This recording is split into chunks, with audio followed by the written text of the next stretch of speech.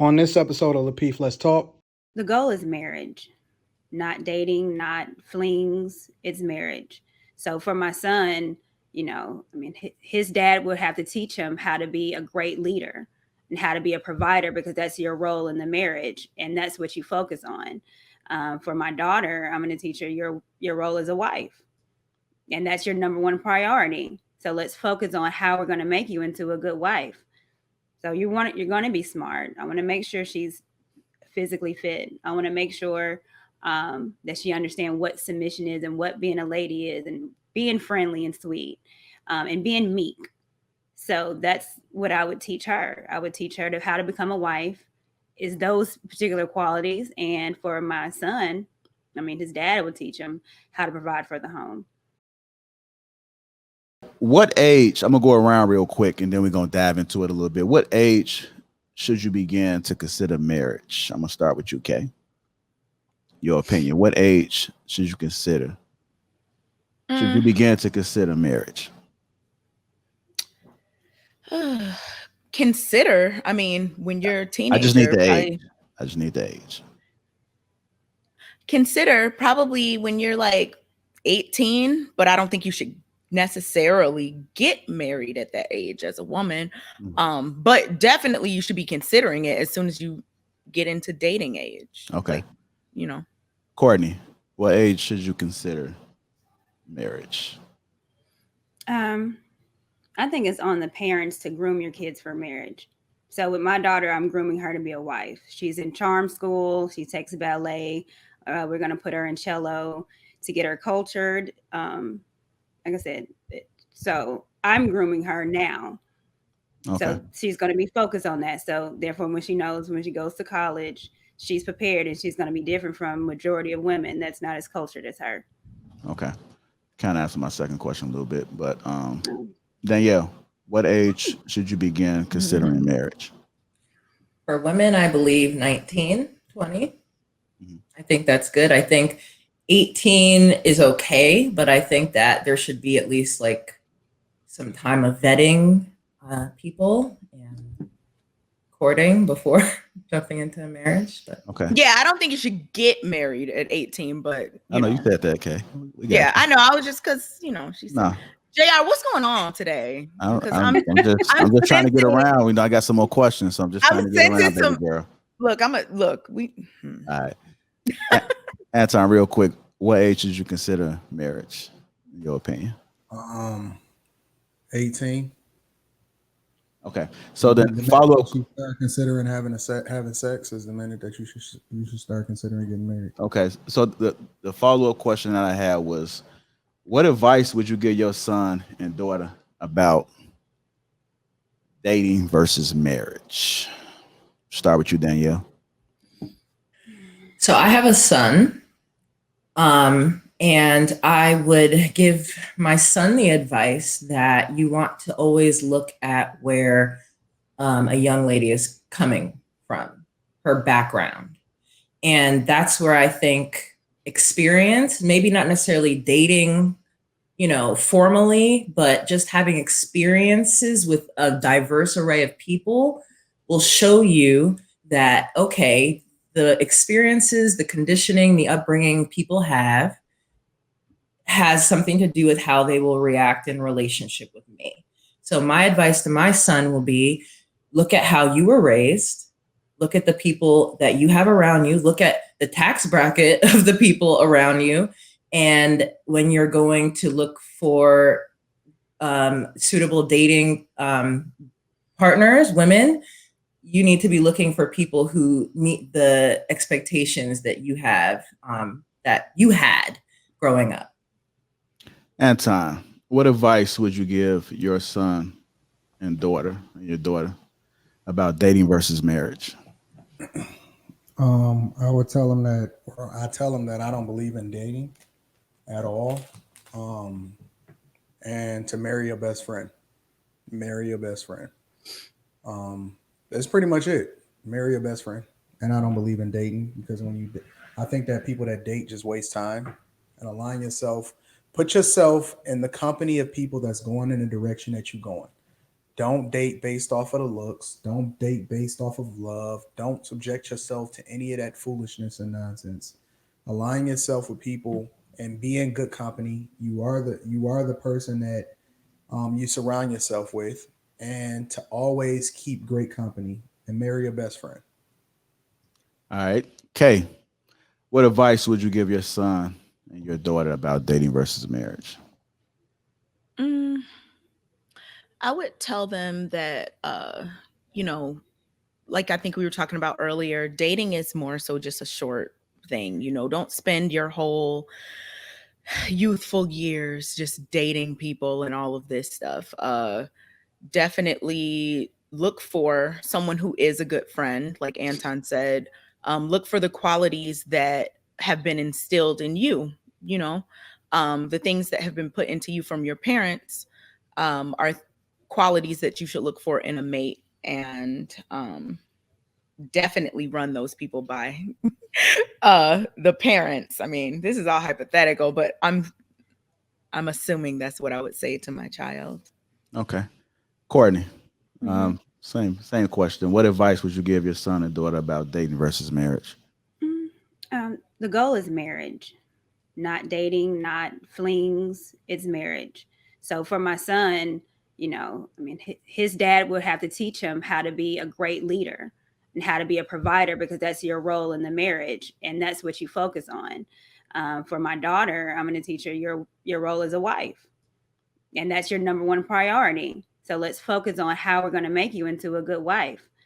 So you're going to be smart. I want to make sure she's physically fit. I want to make sure that she understands what submission is and what being a lady is, and being friendly and sweet, and being meek. So that's what I would teach her. I would teach her how to become a wife, is those particular qualities. And for my son, I mean, his dad would teach him how to provide for the home. Are people using multi-dating as a cope to not get hurt? Like dating multiple people at the same time? Yeah. So, you know, as in like having a backup plan. I can see that. I can see that. But I also think from a man's perspective, it's so many women out here, man. There's so many women out here, and there's a lot of them that's available. So the man is gonna do what he's gonna do, which is, I don't think it's a coping mechanism as to not get hurt. I can see that from both angles, man. I can see that for women too. I can't necessarily see it from men per se though, because I think men are just they're dating because they're women available. I don't know. You know, I don't think it's necessarily always like a conscious choice that people make, but I think a lot of people do have like a deep rooted fear of being vulnerable. And if you are dating multiple people, that kind of alleviates, I guess, some of that fear for some people. So I can definitely see that people would do that to prevent themselves from being hurt or whatever the case may be. Is it almost like a Build-A-Bear situation, okay? Where you get a little bit from this person, and then you get a little bit from that person, and you get a little bit from that person, and you're building your perfect person. That's what I think of when I was in Atlanta. I think people do that too, for sure. Or because they just hoes. Like, I don't know why we mention around. Mention around the word. They for the streets, and the pavement pounders are doing what they do. It's as simple as that. Yeah, I think some people just don't care. Yeah, I mean, if you want to call them whatever, but I think some people just don't think of it that way. Say it with me now. I'm not gonna say that. Finish the sentence. No. All right, you guys. The next question I want to pose to the panel, and again, anybody is free to answer this question. If a woman circles back on a question, is that a red flag? If a woman circles back on a question, is that a red flag? No. Yes, it is, because Kay do it all the time. No, it's not. Because then people will be mad. Because then people will be mad if you don't answer the right way or whatever. Like, I think it's always good to get clarity on anything you need clarification on. I will never think that's a bad thing to do. I don't care who you are, how old you are. If you want clarity on something, ask, because it's better you than didn't a hear the survey. question the first time, is what I'm wondering. It's not a red flag. It see is, what you're doing, Anton. it's buying them time to try to think and try to come up with a reason or You're excuse. projecting. That's It's not what it because- always is doing. Let me Like, tell you why. Let me tell you why. The truth is very easy to just answer right off the bat. Oh, Like if I ask you how old you are, you're not gonna say how old am I, unless right. unless you really don't want to tell me how old I you are. completely understand that. I know what you mean in that instance. Even Case Roach.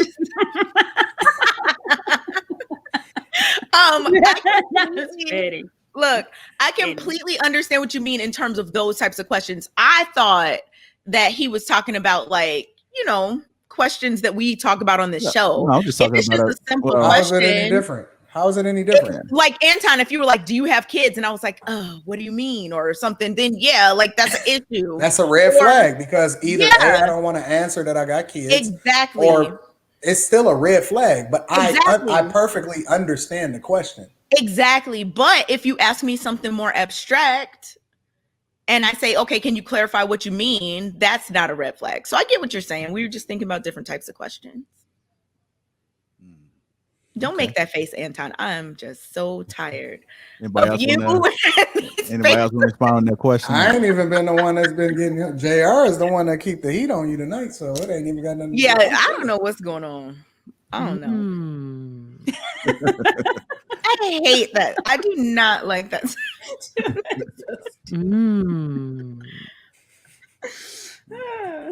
Let's talk about moist. I hate that word. JR, I will say that women are very indecisive a lot of the time. So I think if it has to do with a multiple choice question and a preference for something mundane, like, oh, what do you want to eat right now?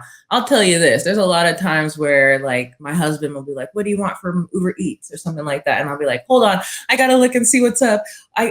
Ask me in 30 minutes because I got to see, because I have to know. I can't answer unless I know exactly what's there. Different. Okay, but I mean, you have to be specific, though, because some people will think like, I know. It's obvious. But I'm with you, Danielle. There's different types of questions that require different amounts of thought. No. I think in the moments where you would assume a woman would be indecisive, you will know, okay, that's not a red flag. Exactly. But any other moment. So we're not talking about pizza or burger, right? Like but men complain about that. They're like, oh, women, they never decide. I'll give you an example. If I say, how many men you been with? That's the perfect question that you can notice a red flag that comes along with women and how they answer. It's very clear. That's easy. Look at Kay. She confused. Kay confused right now? No, I'm not confused. Stop doing this to me. I am not confused. I didn't even say anything. Look. Okay. Should deal breakers and expectations be said on the first date? Should deal breakers and expectations be said on the first date? Okay. No, not the first date. No, I think the first date is just to get a feel of the person. Like, you don't want to have like a PowerPoint presentation on your first date. I mean, because it might not even be worth going through. Like, you are just seeing if this is even somebody you want to see again on the first date. I don't think that you should do all that on the first date. First date should be pretty laid back and chill, in my opinion. All right. Somebody else can chime in. Anybody else want to? I'll say for me and my husband, there were deal breakers that were exchanged. Now, me and my husband actually met on online dating. I don't know if anyone heard of Soul Swipe before. That's where we met. Soul swipe. You know what she messed up my joke so bad by saying the site that she met at. That was a perfect setup, bro, and she messed up my whole sink, line, and swimmer. But go ahead. But yeah, so we talked about if we were interested in marriage in our messages before we first met. And for me, that was really important. Now, I'm not sure. Here's the thing. I don't think you need to talk to them about every little preference you have. But if it's something is categorized as a deal breaker, then you're wasting your time if you don't know. That's how I feel. See, what is soul swipe? What is see, I'm not about to skip Like over about to this. power What up or is something. Is it soul swipe? It's soul Is that- swipe. I think It's for Like Oh my Black God. Tinder. Yeah, it's black. But is it Black for like Tinder, for like a specific type of black people? Is it like you gotta be dashikis? No. I would say. Okay. No. All right. Let me ask this question: do the men wear shoes? And do all the women wear black soap? What I will Where say black is.